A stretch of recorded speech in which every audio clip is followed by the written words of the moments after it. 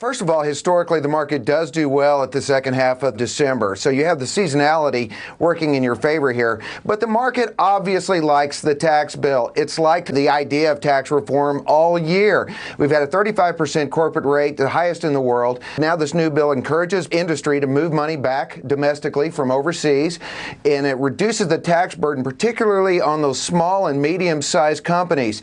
And that's why you're seeing the small caps do really well in here. These are companies that have been spending money on lawyers and accountants to avoid this 35% rate. Now they can look to spend it on property, plant, and equipment. I think it's long overdue. In fact, the central bankers like Ben Bernanke and Janet Yellen have been clamoring for fiscal reform for a long time. Sure. This is good for the market, should be good for the economy. The hidden story is that the economy is accelerating, not only domestically, but the global economy is accelerating, and we sell a lot of stuff overseas. Secondly, inflation remains low.